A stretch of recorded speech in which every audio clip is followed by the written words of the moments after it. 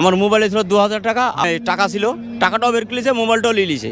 আপনারা দেখছেন reporter vice. বর্তমানে আমরা বাবরি মসজিদে আছি। এই বাবরি মসজিদে একজন ব্যক্তির মোবাইল ফোন এবং টাকা হারিয়ে গেছে। এই ধার্মিক জায়গায় এসে কোন অসাধু ব্যক্তি তার পকেট থেকে বের করে নেয়। আমরা তার সঙ্গে কথা বলবো কিভাবে এবং কত টাকা হারিয়েছে।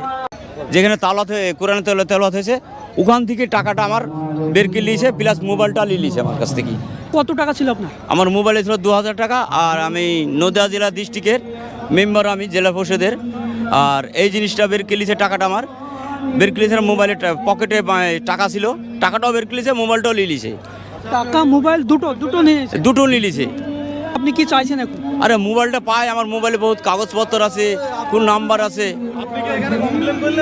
হ্যাঁ, কমপ্লেন করেছি। আপনি আগে থানায় কমপ্লেন করবেন। হ্যাঁ, থানায় কমপ্লেন করেছেন, আপনার এটা উদ্ধার হয়ে যাবে।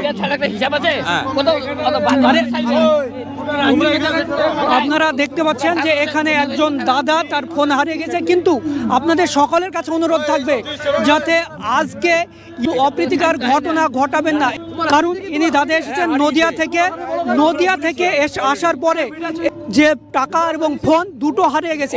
তাই দাদা আপনাদের কাছে অনুরোধ জানাচ্ছেন, কেউ যদি পেয়ে থাকেন আপনারা অবশ্যই যোগাযোগ করবেন, কারণ ধার্মিক জায়গা, কোনো রাজনৈতিক জায়গা নয়। তাই আপনারা কোনো অপ্রীতিকর ঘটনা ঘটাবেন না, এই ঘটনার পুনরাবৃত্তি যাতে না হয়। এখানে আপনারা এসেছেন ধার্মিক জায়গাতে, তাই আপনারা অবশ্যই এবং প্রশাসনের কাছে অনুরোধ রাখবো, আপনারা এই মোবাইল উদ্ধার এবং টাকা উদ্ধারের ব্যবস্থা করে দেন। আর পকেটে শুধু ফোন বলে নয়, অনেক কাগজপত্র ছিল। তাই তিনি আপনাদের সকলের কাছে অনুরোধ রাখছে তারা যাতে